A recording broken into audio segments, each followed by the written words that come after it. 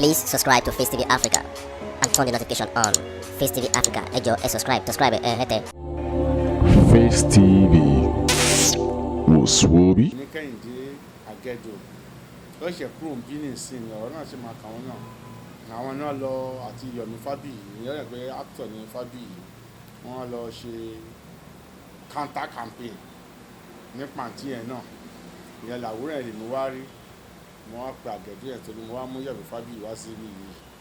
mo ní ìwọ ni Yomi oníbẹ̀ ni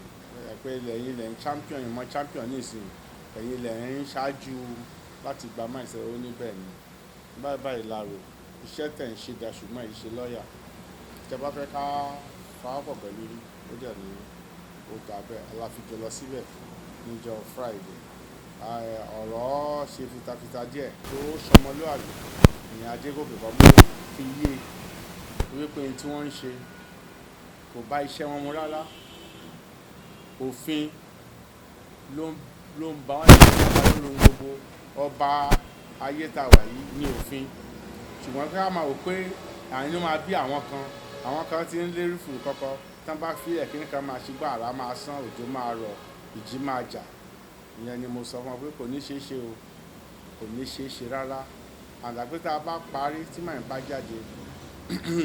a máa gbéná kọjá níwájú wọn ìyẹn wájú Adégòkè awùsùyìn mo sọ bẹ́ẹ̀ fún bàbá Ìjẹ̀ṣà so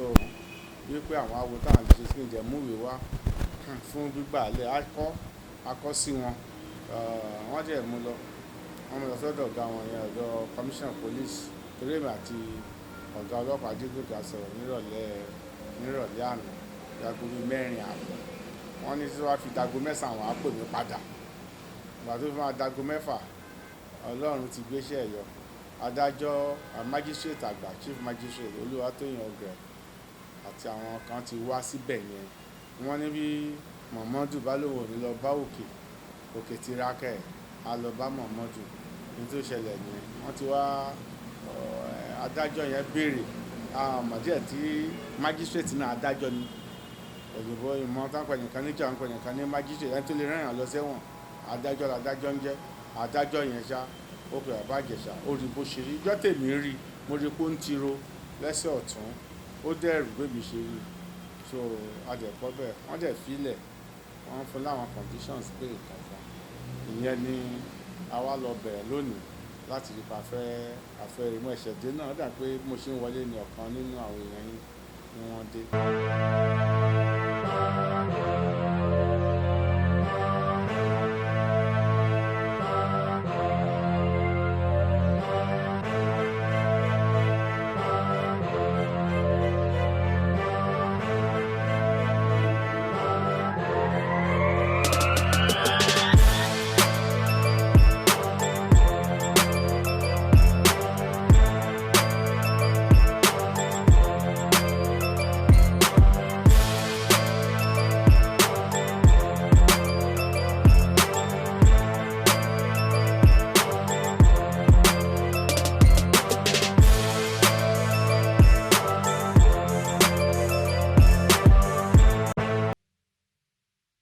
Please subscribe to Facetv Africa